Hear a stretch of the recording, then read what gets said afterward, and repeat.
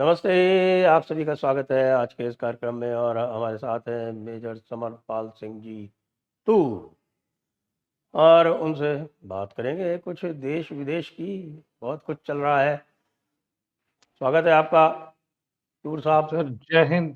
जय हिंद सर। जय हिंद मेजर साहब। ये बताइए है कि वो हमारा जो एक क्या बोले उसको, नाम तो उसके बहुत सारे हैं। खैर चलिए ट्रम्प ही बोल देते। हुकुम तो का इक्का। Trump card. हुकुम का तो फेल हो गया वो। नहीं तो उसने जो अनाउंस किया, कल अनाउंस किया जोर शोर से कि साहब की डील हो गई, डील हो गई, डील हो गई। बस डील हो गई। मैंने सारे जो है वो शेड्यूल अटैक्स कैंसिल कर दिए, अब तो डील हो गई। और डील जो है वो यूरोप में होगी। तो बेचारे पाकिस्तान का क्या होगा तो उसका भी मुझे समझ में नहीं आ रहा। डील यूरोप में फाइनल हो गई और डील हो गई। और ईरान वाले कह रहे हैं कौन सी डील। तो अब ये क्या है साहब, पहले तो इसको समझाएं आप, उसके बाद फिर हम मिडलमैन की बात करेंगे। सर जंगल में मोर नाचा, किसने देखा किसने देखा। तो ईरान तो खुद ही कह रहा है कि खुद ही पीस डील कराता है, अगले दिन बमबारी कराता है और तीसरे दिन कहता है बातचीत होगी बातचीत होगी। तो सर देखो, कह रहे हैं कि अगराची इज नो मोर, जो फॉरेन मिनिस्टर है, ये जो बॉम्बिंग हुई है, अब इसकी ऑथेंटिसिटी स्टैब्लिश होगी। In case he is no more, then there are no more talks. बातें नहीं होंगी अब। और ये तो ईरान बोल ही रहा है इतने दिनों से। तो जौन सा मुल्क कह रहा है कि मैं शांति वार्तालाप करना ही नहीं चाहता हूं, और एक साइड कोई बोल रहा है कि नहीं मैं शांति चाहता हूं, ये तो वही बात हो गई कि एक तरफा प्यार। बॉयफ्रेंड कह रहा है आई लव यू, पर लड़की कह रही है नहीं भाई तुम पसंद ही नहीं हो, तो लव यू कहां से हो गया।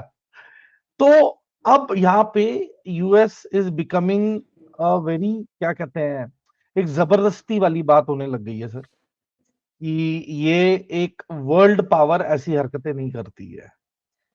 पर अनफॉर्चुनेटली इन्होंने एक व्यापारी को पॉलिटिशियन का काम थमा दिया है। वो अपनी बैलेंस शीट देख रहा है। ठीक है, जौन से मुल्क ने उसकी बैलेंस शीट अच्छी और हेल्दी बनानी है क्रिप्टो करेंसी के थ्रू, उसको वो अंधा सपोर्ट दे रहा है, इररिस्पेक्टिव ऑफ दुनिया क्या कह रही है पाकिस्तान को लेके। ठीक है, पाकिस्तान, मैंने आपको क्या बोला था 2-3 महीने पहले, बोला था कि अगला यूक्रेन कौन सा मुल्क होगा, पाकिस्तान। तो उसकी भी तैयारी पूरी रेडी है, रेसिपी तैयार है, बस खाने वाला, खाने के लिए अभी हम आके बैठेंगे टेबल पे। तो बेसिकली से ये लड़ाई नहीं रुकने वाली। जब हाँ। आपको पता है कि एक मुल्क, जब एक डिवीजन पूरी मोबिलाइज कर रहा है, 12-13 हजार ट्रूप्स, आपके सबसे बेस्ट 82nd एयरबॉर्न, जिसका ऐतिहासिक हिस्ट्री इतनी रिच है वॉरफेयर में, बैटल में, आप उसे फ्री में करोड़ों डॉलर खर्च के आप मुफ्त में थोड़ा ना उन्हें लेके आ रहे हो सात समुंदर पार। और सात समुंदर पार आप जब अपनी पूरी फौज ले आए हो, तो अमेरिका का लीडर कह रहा है वी विल टॉक पीस, हम लड़ाई नहीं चाहते। तो फिर जो इतना, मतलब लाखों लाखों डॉलर जो बर्बाद किए हैं, जो बिलियंस में अभी पहुंच गया बिल, तो ये $1 बिलियन का बिल क्या है फिर तो फाइट फ्रॉम होम ही करते हैं, टीवी और कंप्यूटर के सामने बैठ के बटन दबाते रहते, ये लॉन्च, ये वाली मिसाइल लॉन्च, ये वाली मिसाइल लॉन्च, वही चल रहा है। तो जैसे वर्क फ्रॉम होम है, ये वॉर फ्रॉम होम चल रहा है। तो आप ऐसे लड़ाई नहीं जीत सकते हो कि मेरे ट्रूप्स मैदान में उतरे नहीं है, और मतलब डोनाल्ड ट्रंप का बस चले सर, वो ड्रोन के ऊपर ही अमेरिका का झंडा लगा के तेहरान की बिल्डिंग ऊपर लैंड करवा के बोलेगा अमेरिका ने फतेह कर लिया तेहरान। ये हालत है। तो ये तो रियलिटी से बहुत दूर है। ठीक है सर। और ईरान ऐसा मुल्क जिसने 9 साल, मतलब मैं कहता हूं इंडिया पाकिस्तान का तो फिर भी ऑपरेशन विजय 3-4 महीने चला, ठीक है, आप सिंदूर 4 दिन चला। आप सोचे इकोनॉमी इसको कितना हिट हुआ।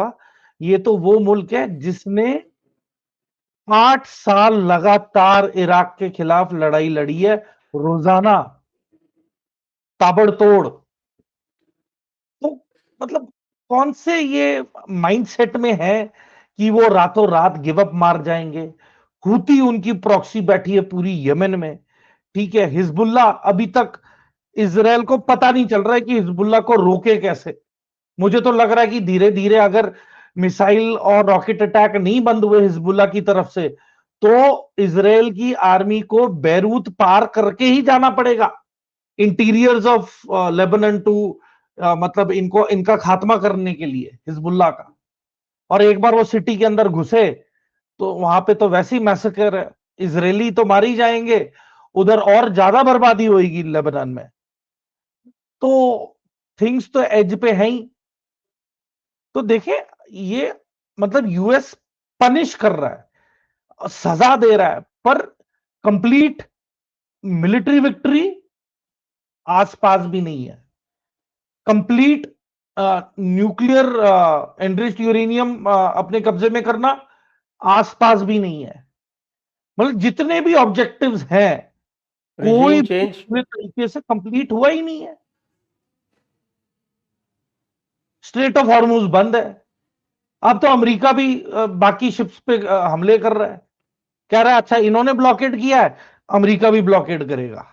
बेसिकली अमेरिका ने अभी पर 8 और 10 जून को जो 2 शिप्स पे हमला किया, जिसमें से कि 10 जून वाले हमले में इंडिया का ही पूरा क्रू था 24 लोगों का, उसमें से 3 लोग फेटल हैं, जिसमें कि 2 के शव मिल गए, एक का शव अभी भी नहीं मिला है। और ये निहत्ती शिप्स है।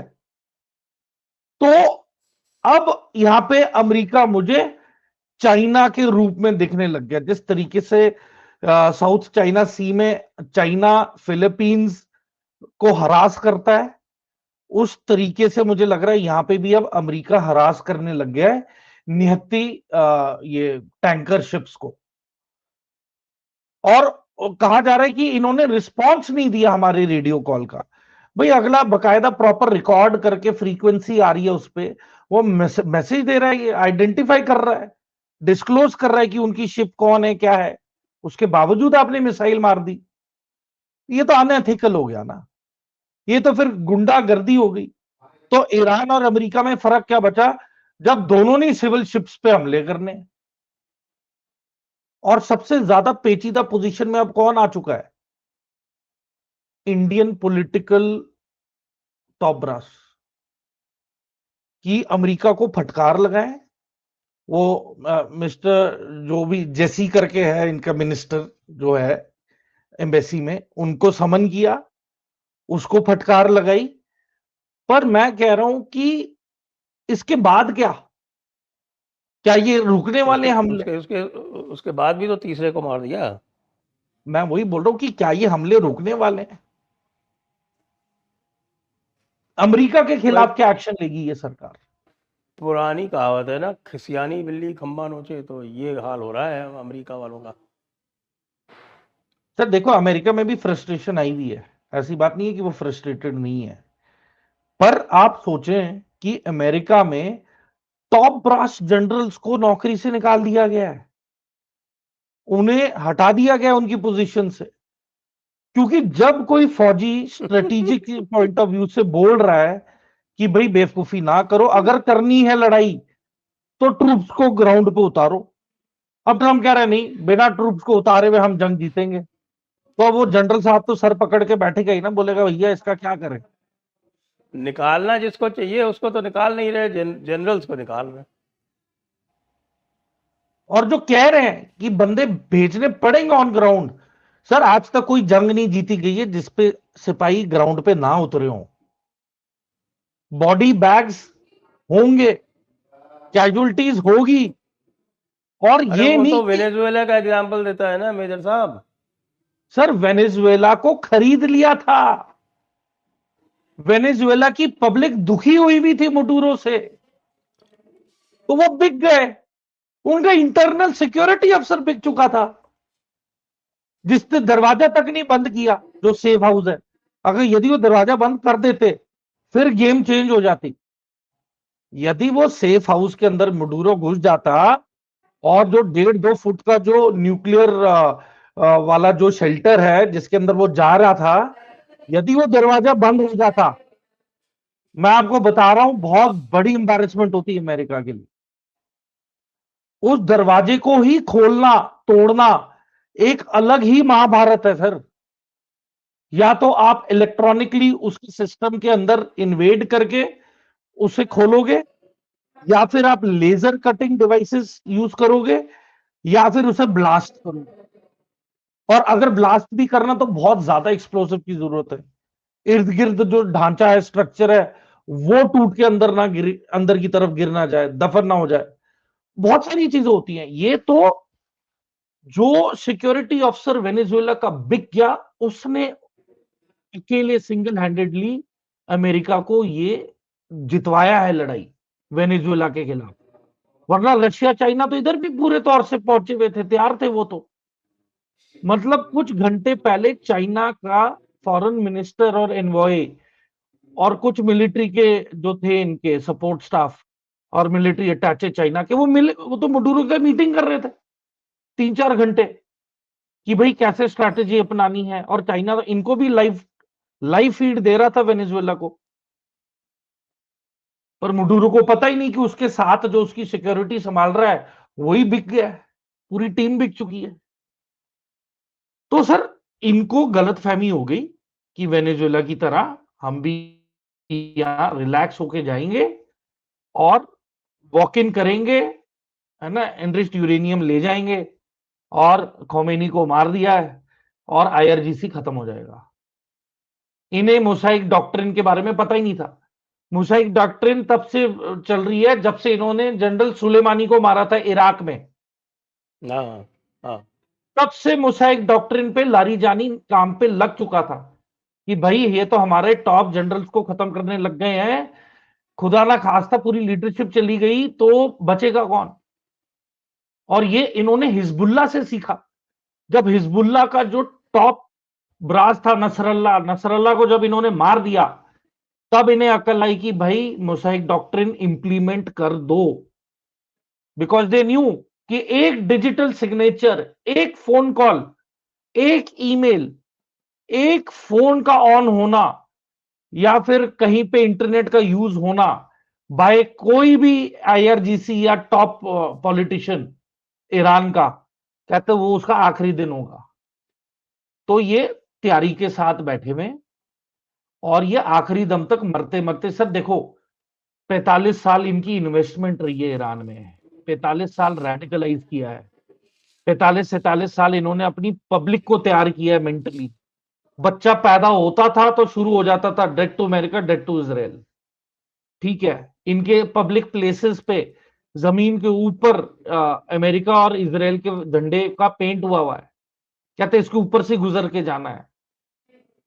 तो इतना ज्यादा इंडोक्ट्रिनेशन हुआ है हेट अगेंस्ट अमेरिका। तो आप सोचें कि ये रातों रात तो चेंज नहीं होएगा पॉइंट ऑफ व्यू। और रेडिकलाइजेशन इतनी ज्यादा थी तभी वो 30-35 हजार प्रोटेस्टरों को मारा गया ईरान में। क्योंकि 35 हजार तादाद बहुत होती है। चलो मैं 35 नहीं, मैं कहता हूं 20 हजार, 20 हजार नहीं, चलो 5 हजार, but that is a big number anyways. आपने इनका क्लेंस किया है, एंटी ईरानियन प्रोटेस्टर्स को उनकी एथनिक क्लेंजिंग हुई है, मारा गया चुन चुन के। तो सर ये कोई केक वॉक नहीं है ईरान की लड़ाई। अगर रूस के खिलाफ ईरान को अगर अमेरिका अपने सारे अत्याधुनिक हथियार दे सकता है, उसको पैसा दे सकता है, वेपन दे सकता है, उसको एक्सपर्टीज और ट्रेनिंग दे सकता है, तो रशिया क्यों पीछे हटेगा ईरान को ये सारी चीजें मुहैया कराने से। चाइना क्यों पीछे हटेगा जब उसे पता है कि ताइवान का जो वन चाइना पॉलिसी है वो अमेरिका वायोलेट कर रहा है। क्यों हटेंगे ये देश पीछे। चाइना को पता है कि वेनेजुएला का तेल बंद कर दिया है, बाकी अफ्रीकन कंट्री से जो तेल आता है वो नेग्लिजिबल है परसेंटेज के तौर पे, और सबसे लार्ज परसेंटेज आती थी ईरान से, वो भी बंद कर दिया है। तो चाइना तो फिर प्रॉब्लम्स तो है ना चाइना के लिए। तो चाइना तो चुप बैठने नहीं वाला है। एंड मैं आपको लिख के दे रहा हूं आज, यदि अमेरिका का ये रुख रहा, जी। रशिया, चाइना, नॉर्थ कोरिया और इंडिया को भी ये अपने गुट के अंदर शामिल करना पड़ेगा, क्योंकि इंडिया ही एक बैलेंसिंग डेमोक्रेसी है, लार्जेस्ट डेमोक्रेसी, जो कुछ हद तक रशियंस, चाइनीज और कुड भी कि नॉर्थ कोरिया को कुछ रिकॉग्निशन मिले, लेजिटिमेसी मिले for open trade and commerce. और रशिया को आज की तारीख में क्या चाहिए? कस्टमर। इंडिया सबसे बड़ा कस्टमर है। चाइना अब अगर रशिया से भी तेल लेने लग जाएगा तो और भी ज्यादा फायदा है रशिया के लिए, रशिया की इकोनॉमी बूम करेगी। और आज की तारीख में रशिया से नेचुरल गैस कौन ले रहा है? European countries. वो उन्होंने कंप्लीटली क्यों नहीं और रिसोर्सेज लेनी बंद की हैं रशिया से? बिकॉज अमेरिकन पूरा ओपन ऑफर देते ही नहीं है, लिमिटेड क्वांटिटीज में देते हैं। और भाई साहब का मूड किया अंगड़ाई लेने का, तो वो बोल देगा अंगड़ाई लेते लेते कि भाई हम तो ये कैप लगा रहे हैं, इससे ज्यादा तो देंगे ही नहीं। तो आप क्या कर लोगे अमेरिका के खिलाफ?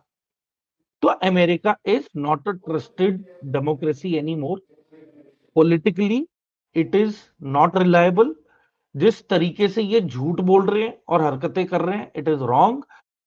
And 5% of the global economy अब इफेक्ट हो रही है स्ट्रेट ऑफ हॉर्मोज को लेके, क्योंकि वहां से दुनिया का 21% तेल और ट्रेड है, इंक्लूडिंग फर्टिलाइजर्स, नेचुरल गैस और फ्यूल।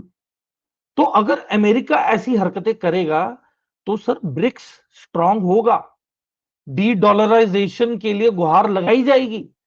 मैं $1 के लिए ₹100 क्यों दूं? इससे अच्छा मैं तो युआन युआन के लिए आई विल अग्री।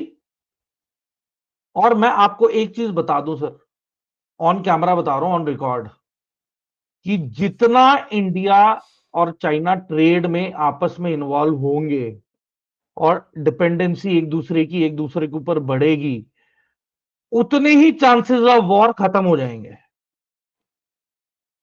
पर हमें डेट डेट का रेशो अंडर चेक रखना पड़ेगा। इतना भी कर्जा ना हो जाए कि श्रीलंका पार्ट 2 इंडिया के साथ हो जाए।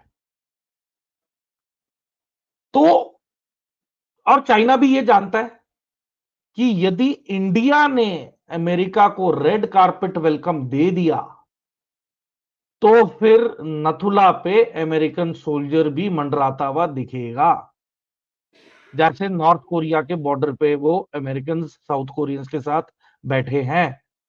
अमेरिका साफ साफ जानता है 1953 के कोरियन वॉर में आखिरी में चाइनीज ट्रूप्स ही लड़ रहे थे नॉर्थ कोरिया की साइड से अमेरिकन के हाँ, खिलाफ, बिल्कुल। और मुंह की खाई थी अमेरिका ने। तो ऐसे भी नहीं है बिल्कुल। कि अमेरिका को नहीं मालूम है चाइना की स्ट्रेंथ क्या है।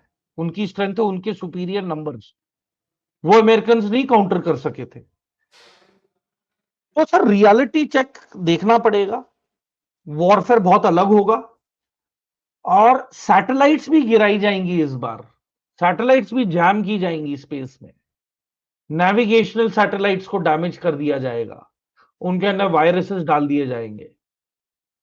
तो जो अमेरिका अपने स्पेस कमांड के प्रोजेक्ट के लिए इतने अरबों डॉलर लगा रहा है, वो इसलिए है कि जमीनी लड़ाई से उतरने से अच्छा है कि ऊपर सैटेलाइट्स ही कंडम कर दो, उन्हें बर्बाद कर दो, या फिर इलेक्ट्रोमैग्नेटिक पल्स लगा दो, या फिर कोई ऐसा सिस्टम उन सैटेलाइट्स में ऐसे लगाओ कि वो चलना ही बंद हो जाए। बट साइमल्टेनियसली सर देखो, अब जैसे कहते हैं कि अब यूरोप को ये चीज पता होनी चाहिए कि जो T-80 टैंक है वो यूक्रेनियन का टैंक है, यूक्रेनियंस प्रोवाइडेड द टैंक। 2012 में 4 IL-76 air refueller aircraft Ukraine ने बेचे हैं पाकिस्तान को।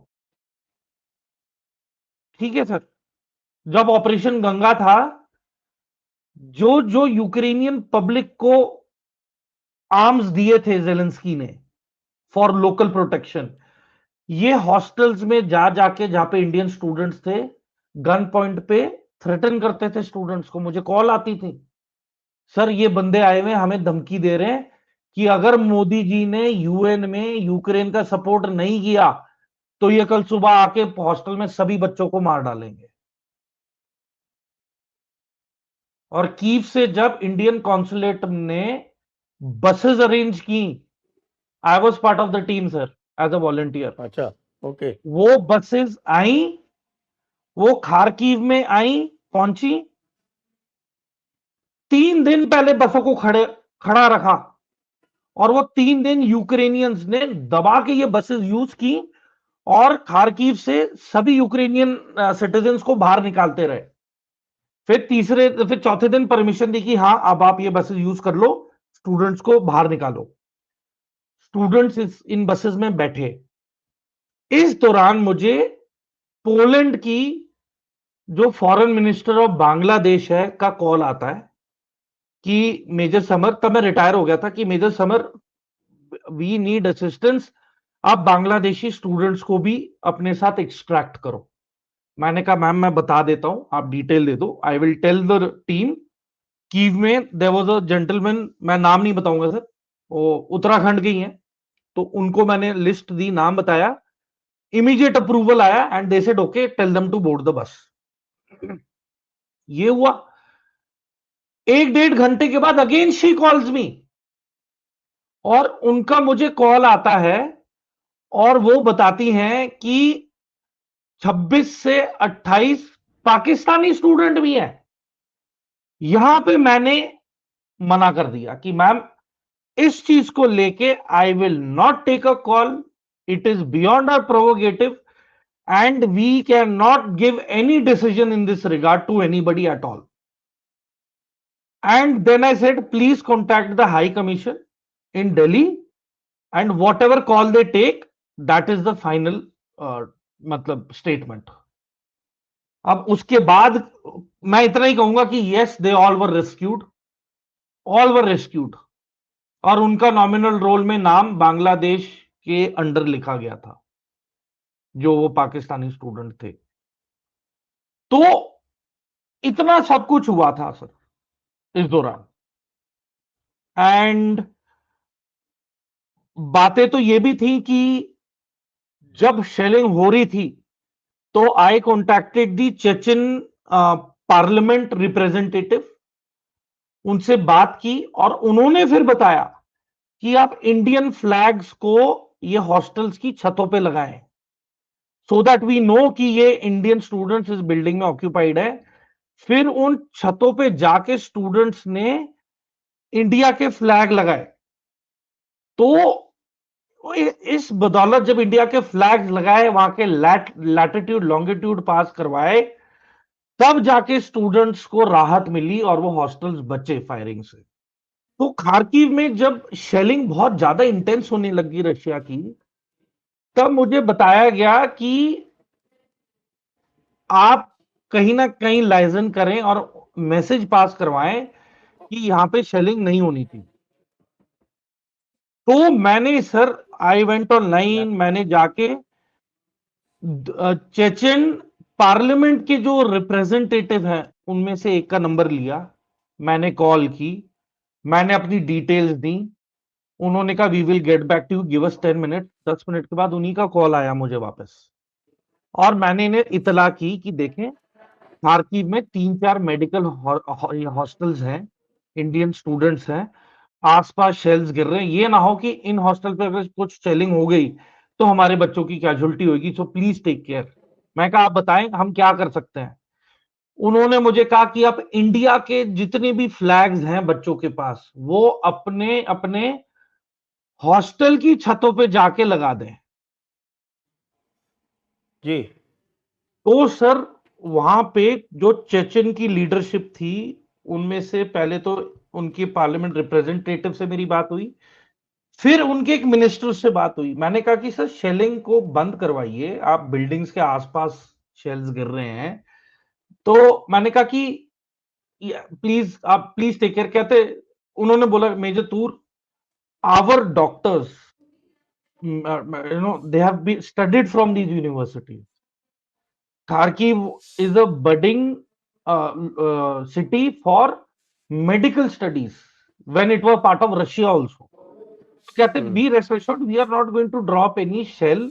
हम इन बिल्डिंग्स पे, हॉस्टल्स पे, मेडिकल स्कूल्स पे कोई शेलिंग नहीं करेंगे।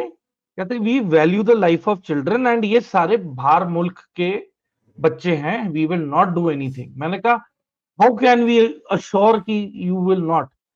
उसने कहा आप बच्चों को बोलें अपने इंडिया का फ्लैग बिल्डिंग्स की छत के ऊपर लगाएं और उसके चारों साइड पे पत्थर लगा दें and flag should be big enough to be visible. तो फिर मैंने बच्चों को बोला कि आप फ्लैग्स लेके आए। मुझे ये कहा गया कि सर जब हम आते हैं एडमिशन्स के लिए तो हमारे फ्लैग्स लेके ये अपने डिपॉजिटरी या अलमारी में लॉक कर देते हैं। यूक्रेन में इंडियंस को इंडिया का फ्लैग रखने के लिए मनाही थी कि आप इंडिया का फ्लैग अपने साथ नहीं रख सकते हो। मैं कहा अब तो कोई है नहीं, अब नीचे जाइए, ऑफिस की अलमारियां तोड़े, वहां इंडिया के फ्लैग्स निकालें और ऊपर छत पे लगाओ, इससे पहले कि कुछ आके गिरे तुम्हारे पे। और जितनी भी हमारी टेलीग्राम की ग्रुप्स थी सब पे ये मैसेज रोटेट हुआ। सभी बच्चों ने अपने ये जो बिल्डिंग्स थी हॉस्टल की, उनकी छतों पे फिर इंडिया के फ्लैग्स लगाए। ये कह रहे थे सर हम खिड़कियों पे लगा रहे थे, पर जैसे ही देख रहे थे तो नीचे से पब्लिक आके वो फ्लैग्स उतार देती थी या अपने साथ ले जाते थे। ये एटीट्यूड था यूक्रेनियंस का। फिर खार्किव के रेलवे स्टेशन पे अगर एक ट्रेन में 20 बोगियां हैं, जितनी भी सीटें हैं सब पे यूक्रेनियंस बैठे हुए रहते थे। इंडियन स्टूडेंट्स बीच में जो पूरी एली है जहां पे चलने का रास्ता है, उस पे पूरी ट्रेन में 20 बोगियों में इंडियन स्टूडेंट्स को बस वहां पे खड़ा रखा और इन्हें कीव और लेविव करके जगह है, वहां पहुंचने के लिए कम से कम 16 से 18 घंटे लगते हैं। ये बच्चे खड़े खड़े गए हैं सर वहां मजबूरी में। ये डिस्क्रिमिनेशन हो रही थी इंडियन स्टूडेंट्स के साथ। उसके बाद जब स्टूडेंट्स के जो स्टूडेंट्स थे उनका सर वो पेशेंस लेवल खत्म हो चुका था, तीसरा दिन चल रहा था और मैं पिछले 2 दिन से बोल रहा था कि buses are coming. Third day पे बच्चे मुझे बोलने लगे सर आप झूठ बोल रहे हो, हम आपकी बात का विश्वास नहीं करते, please put the phone down, we will not communicate. मैंने ये बात कीव में बताई, इंडियन कॉन्सुलेट में। मैं कहा ये माइंडसेट हो गया बच्चों का, वो कह रहे हैं कि वो बाहर they will start marching to the Russian border अगर इन्हें यहां से नहीं निकलवाया। तो कहते कि वो तो और भी ज्यादा फेटल होगा, क्योंकि रशिया इन्हें अगर ले मतलब चाहेगा भी कि एंट्री कर लें, Ukrainians will kill them saying कि रशिया ने मारा है। तो कहते किसी भी हालत में बच्चों को बोलो हॉस्टल से बाहर नहीं निकलेंगे। सुमी में एक हॉस्टल था जिसमें लड़कियां, एक एक लड़की थी लीडर, वो सारे बच्चों को बाहर ओपन ग्राउंड में इकट्ठा कर लिया था इसने और वीडियो भी बना ली थी और मुझे लाइव वीडियो पे बोला था हम जा रहे हैं। मैं कहा बेवकूफी मत करो, युद्ध के दौरान रात को कोई भी हरकत होए, चाहे अपना बंदा क्यों ना हो, उसे लगेगा दुश्मनी है। तो मैंने कहा तुम पे वार होगा, तो मैं कहा ये बेवकूफी मत करना। और रशिया के बॉर्डर पे इंडिया के मिलिट्री अटैचे और स्पेशल फोर्सेस की टीम्स 15 से 16 बसेस लेके रेडी थी। उतनी ही बसेस खार्किव में भी रेडी थी और सुमी में तो बसें आई नहीं थी सर, सुमी में तो बहुत ही ज्यादा बुरा हाल था। ठीक है, तो खार्किव में जब स्टूडेंट्स को इन बसों में डाला, इंक्लूडिंग बांग्लादेशी स्टूडेंट्स और वो पाकिस्तानी स्टूडेंट्स जिन्होंने अपने आप का नाम बांग्लादेश के नॉमिनल रोल के अंदर लिखवाया। ठीक है, अब इससे ज्यादा मैं डिटेल में नहीं जाना चाहूंगा। बट जब ये सारे बच्चों को हम इवैक्यूएट कर रहे थे, नाइजीरिया के बच्चे थे, रवांडा के बच्चे थे, और ये हंड्रेड्स की तादाद में थे, they all opted to come with the Indian contingent. एक मुल्क था जिसने आउटराइटली मना कर दिया, वो था चाइना। चाइनीज स्टूडेंट्स ने बोला हमें मना किया गया है कि यदि इंडिया से हेल्प भी आती है, you will not take their help. और चाइनीज बच्चे नहीं आए। हालांकि आना चाहते थे, पर कह रहे थे कि हम मजबूर हैं कि हम नहीं आ सकते। तो इतना सब कुछ हो गया, और उसके बावजूद हमने स्टूडेंट जब निकाले, एक फॉल्स एनकाउंटर हुआ। यूक्रेनियन भी सेटअप किया हुआ था ये, और बसों पे नकली गोलियां चलाई गई, बसों के इर्द गिर्द गोलियां चलाई गई, और सबको बोला कि एम्बुश हो रहा है, रशियन फोर्सेस आ रही हैं, यहां से बसेस को यू टर्न करके वापस भेजो। फिर से बसेस वापस आई। ये चौथा दिन है, चौथे दिन की सुबह वापस आई बसेस, बच्चों को दोबारा हॉस्टलों में डाला। इन हॉस्टल में सर पानी खत्म हो चुका था, बिजली थी नहीं, टॉर्च की बैटरियां सब कुछ खत्म हो चुकी थी, पावर बैंक्स बहुत ही लिमिटेड बचे हुए थे चार्जिंग के लिए। मतलब बच्चों के पास कोई साधन नहीं बचा था। इनके पास अगर था भी तो कुछ मतलब पीने के लिए थोड़ा बहुत कुछ पानी होगा पर्सनल, वरना बहुत बुरी हालत थी। मैंने तो यह भी हिदायत दी स्टूडेंट्स को कि एक रजाई ले चलो अपने साथ, क्योंकि कहीं पे भी बैठना है, लेटना है, या कुछ भी रेस्ट करना है। मैं कहा तुम अपनी रजाई को ही मैट्रेस बनाओ, अपनी रजाई को ही ओढ़ लो, but do not carry unnecessary set of clothes. आप अपने ब्रीफ्स ले लो, आप अपने socks, extra pair of socks ले लो, ठीक है, और कुछ वार्म कपड़े ले लो, बट इसके अलावा प्लीज सूटकेस भर भर के मत लेके जाओ। मैं कहा अपनी किताबें छोड़ दो वहीं पे। तो उसके बाद मुझे कॉल आने लग गए, सर मेरा पेट है, I have a dog, I have a cat, मेरे पास बर्ड्स एज पेट्स, उनका क्या करें। मैंने कहा यार जो चिड़िया है पागल उन्हें लोग तो, हैं क्या?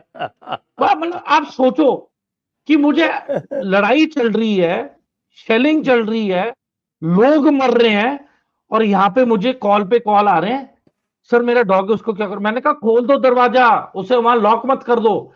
मैं कहा उसे बाहर सड़कों पे let it open out of the building, but do not carry the dog in the bus. अभी इंसान को प्रायोरिटी दो, पशु पक्षी और जानवर बाद में, पहले इंसानों को बिठाओ।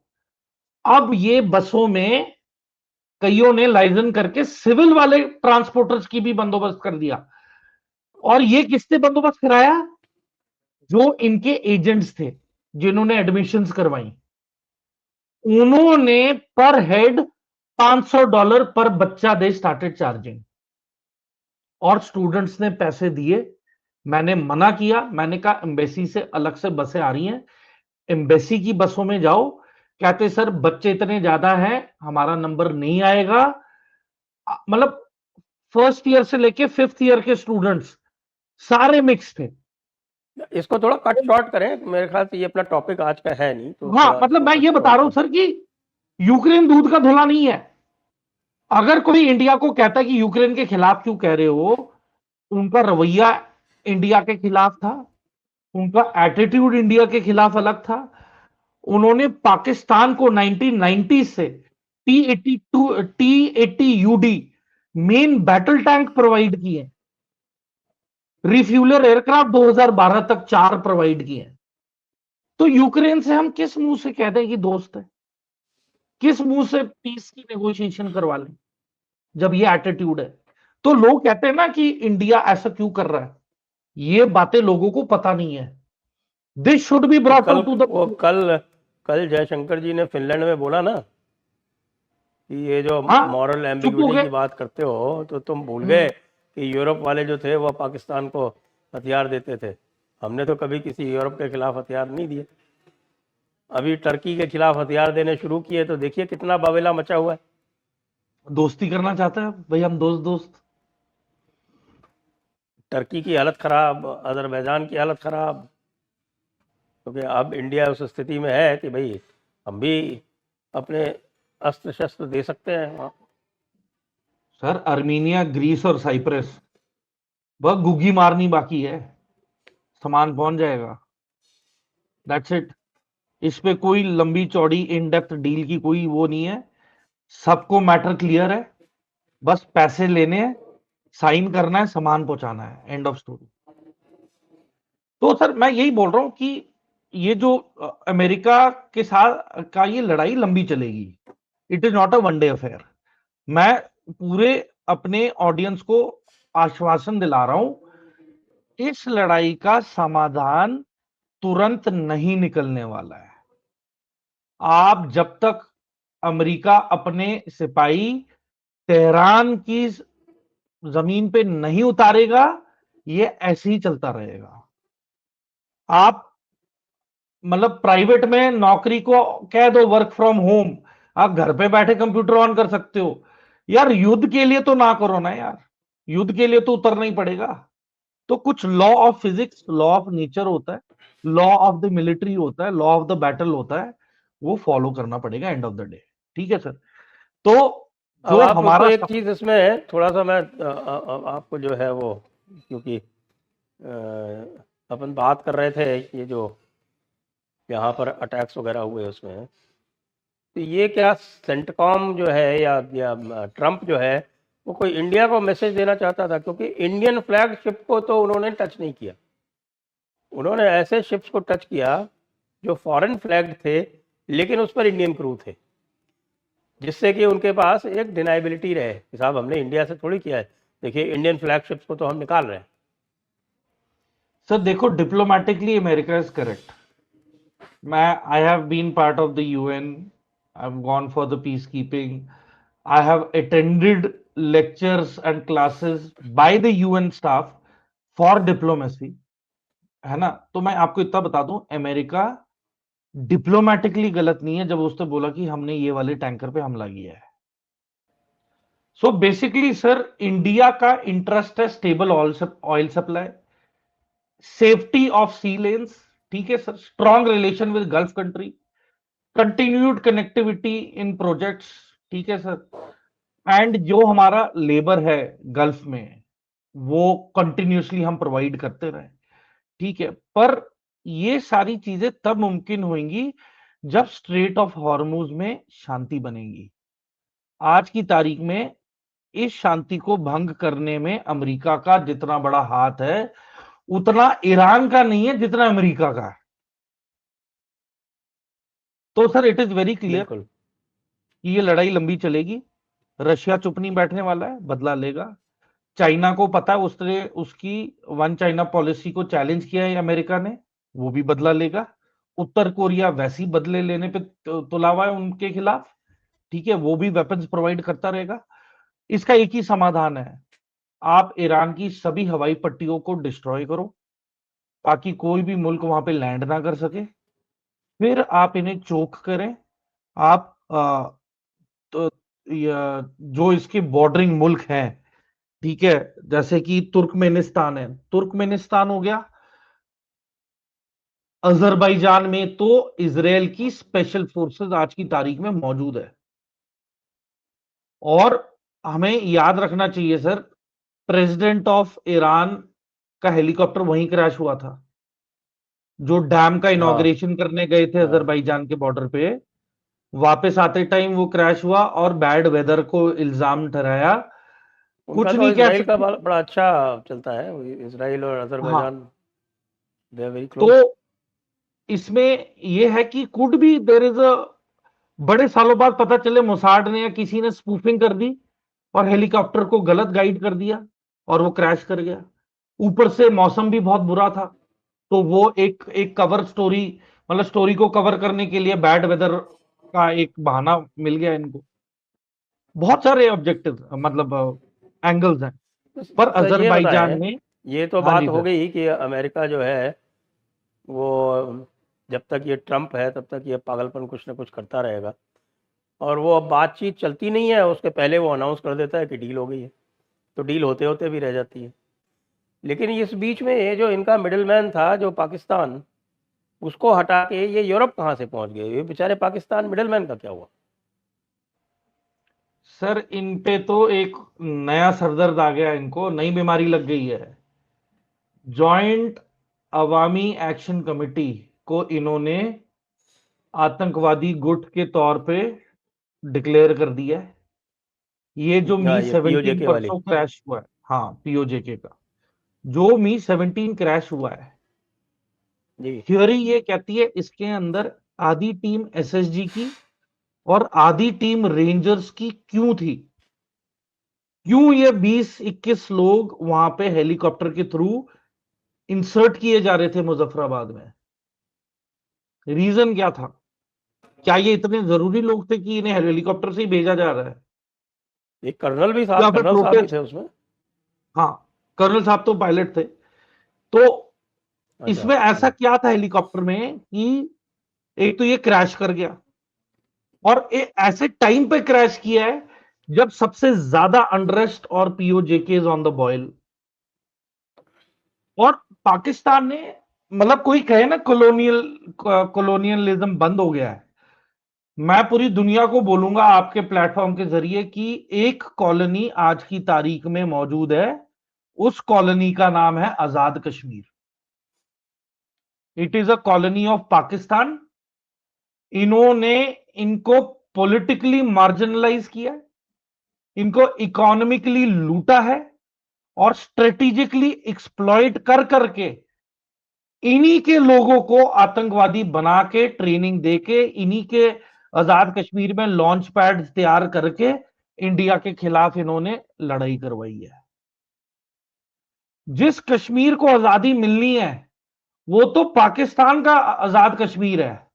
इन्होंने नरेटिव बदल के बोला कि अरे हिंदुस्तान वाला जो कश्मीर है उसको आजाद करवाओ, तुम तो आजाद हो पहले से ही।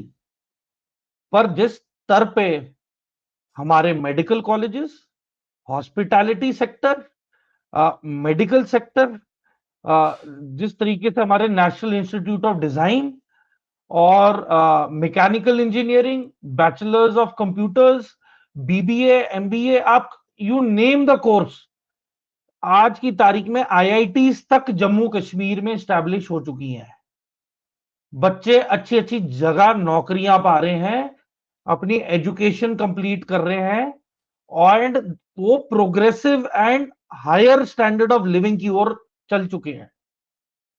और अब जब इंटरनेट आया और पब्लिसिटी हुई और पता चला, अरे यहां से ये टनल की कनेक्टिविटी हो गई, अरे 6 लेन हाईवे पहाड़ों के बीच में निकाल दिया, अरे वंदे भारत सुपरफास्ट एक्सप्रेस सीधा श्रीनगर तक जाएगी, अरे रॉ मटेरियल जो ट्रकों में जाता था, जो 15-15, 20-20 दिन लगते थे, अरे 48 घंटे में वो श्रीनगर पहुंच रहा है और अनलोड भी हो रहा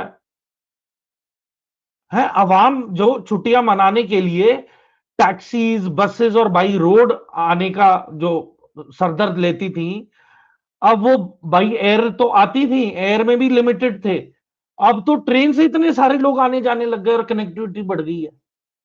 तो ये जब पीओजेके के लोगों को पता चला कि वहां 24 घंटे बिजली, हर एक गांव में सड़कें कनेक्ट हो चुकी हैं, मेडिकल फैसिलिटीज उपलब्ध है, ऊपर से डिस्काउंटेड मेडिकल फैसिलिटीज उपलब्ध है, एजुकेशन सिस्टम इतना अच्छा हुआ पड़ा है, तो सब कुछ देखते हुए इन्हें पता लग गया कि ये तो एक्सप्लॉइट किए गए हैं।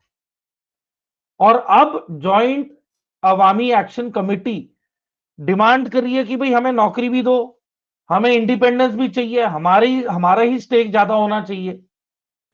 जी मेजर साहब। तो बेसिकली सर, गिलगिट बाल्टिस्तान में ये जो अभी प्रोटेस्ट चल रहे हैं, ये मैटर इसलिए करते हैं क्योंकि इसका बहुत ही इंपॉर्टेंट एक ज्योग्राफिकल कनेक्ट है कि पाकिस्तान और चाइना को कनेक्ट करता है आजाद कश्मीर, सेंट्रल एशिया को भी कनेक्ट करवाता है, और कश्मीर का तो, ये हमारे कश्मीर का एक अभिन्न अंग है। तो जायज सी बात है कि बहुत ही क्रिटिकल और इंपॉर्टेंट इकोनॉमिक कॉरिडोर है। ठीक है सर। तो इसकी इंस्टेबिलिटी की वजह से काराकोरम हाईवे पे फर्क पड़ने वाला है। सीपेक के प्रोजेक्ट, सीपेक का तो खैर प्रोजेक्ट ही नहीं बचा, फिर भी फॉर्मेलिटी के लिए कह सकते हैं कि सीपेक के रूट को इफेक्ट करता है ये। ठीक है, बाकी जिंगजियांग जो चाइना का प्रोविंस है उसको भी कनेक्ट करता ही है, और फिर चाइना से काफी नदियां आती हैं पीओजीबी में, और पीओजीबी से फिर ये रिवर्स का पानी आता है पाकिस्तान में। तो इसलिए आजाद कश्मीर बहुत क्रिटिकल है। यहाँ पे इलेक्ट्रिसिटी प्रोडक्शन होती है जबरदस्त, पर जितने भी मेगावाट की प्रोडक्शन हो रही है लेकिन वो, सारा झगड़ा तो इस समय ये मीरपुर मुजफ्फराबाद बेल्ट में हो रहा है, हाँ, जिसको ये तो आजाद यहाँ पे कश्मीर ना कहते हैं। बिजली दे रहे हैं पूरे टाइम, ना यहाँ पे हाईवेज पे इन्वेस्टमेंट हो रही है, ना यहाँ कोई इंडस्ट्रियलाइजेशन है, ना यहाँ पे कोई नौकरियां हैं। अगर स्कूल और कॉलेज है तो बिजली नहीं है, आधे टाइम टीचर नहीं होते, सिलेबस मतलब आउटडेटेड है, या तो इनका सिलेबस बहुत आउटडेटेड है सर, और ऊपर से मतलब पॉलिटिकली ये डिसइनफ्रेंचाइज हो चुके हैं। पॉलिटिकली कुछ भी करें बोले कोई इनका मतलब नहीं है। बेसिकली इस्लामाबाद चाहता है यहाँ पे स्ट्रेटेजिक कंट्रोल, ठीक है, पॉपुलेशन पीओजीबी की चाहती है, मतलब रिप्रेजेंटेशन होनी चाहिए, उनकी रिप्रेजेंटेशन नहीं हो रही है। मतलब कहा यह जा रहा है कि जो रिटायर्ड फौजी हैं पाकिस्तान आर्मी के, जो पीओजीबी में सेटल्ड हैं, कहते हैं उनकी वाइफ, उनके स्पाउस को टिकट दे के जिताया जाता है, जिसको कोई नहीं जानता। और सर जी इसके अलावा अफगानिस्तान में देख लें कितनी प्रॉब्लम है, ड्यूरन लाइन की, जो ड्यूरन लाइन है उसकी प्रॉब्लम है, उसका डिस्प्यूट बरकरार है। ऊपर से अब रशिया ने अफगानिस्तान के साथ डिफेंस पैक्ट साइन कर लिया है। और रशिया ने हरकत क्यों की है? क्योंकि पाकिस्तान यूक्रेन को 120 आर्टिलरी शेल्स बना बना के प्रोवाइड कर रहा है अमेरिका के आदेश पे। तो पाकिस्तान भी वेपनाइज कर रहा है यूक्रेन को रशिया के खिलाफ। तो रशिया ने ठान लिया कि अब वो अफगानिस्तान को वेपनाइज करेगा पाकिस्तान के खिलाफ। तो ये जिस तरीके से हरकतें हो रही हैं, तालिबान के खिलाफ इनका बॉर्डर बंद, इंडिया के खिलाफ बॉर्डर बंद, ईरान की तरफ बॉर्डर बंद, सिर्फ स्मगलिंग रूट और नार्को ट्रेड के लिए रूट खुले हैं। तो देखिए, ये अफगानिस्तान सबसे बड़ा इनका अड़चन बनने वाला है, इंडिया नहीं होगा, अफगानिस्तान इनके लिए प्रॉब्लम बनने वाली है। मतलब पाकिस्तान अगर सिक्योरिटी सीख कर रहा है तो वो किसी मुल्क की सोवरेनिटी को निशाना बना के नहीं अचीव होगा, ठीक है।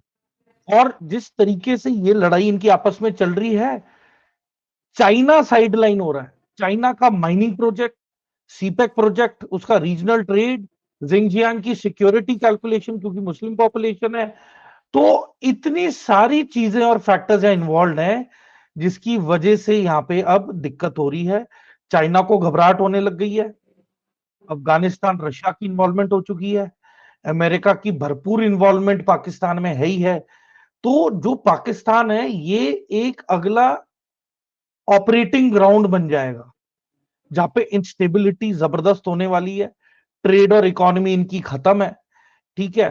तो जो इनका geographically centre of gravity and importance था पाकिस्तान का, वो इतनी सारी प्रॉब्लम्स की वजह से उसकी जो रेलेवेंस है पाकिस्तान का वो खत्म हो रहा है, कोई नहीं जी पूछने जी वाला उसको, जी ठीक है सर। और फिर तीसरा सवाल था कि जो इंडियन सेलर्स मारे गए हैं अमेरिका के जो नेवी ने जो मारे हैं, तो सर देखे डिप्लोमेटिकली इंडिया प्रेशर डालेगा अमेरिका के ऊपर, कॉम्पनसेशन की बात होगी बिहाइंड क्लोज डोर्स, ठीक है सर।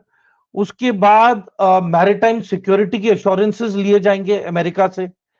और इसके अलावा सर देखें, फ्रीडम ऑफ नेविगेशन पे सवाल खड़े हो रहे हैं, ये जो अमेरिका ने हरकत की है।